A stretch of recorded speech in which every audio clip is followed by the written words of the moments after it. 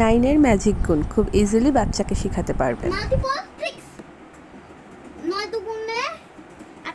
হ্যাঁ, এই 9 আর 2 একসাথে গুণ করবে না। 9 আর 2 18।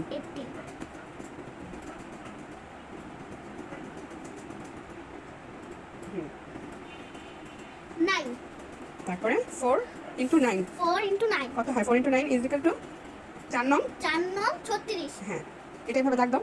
ওটা যেভাবে দাগ দিছো এভাবে দাগ দাও। হুম,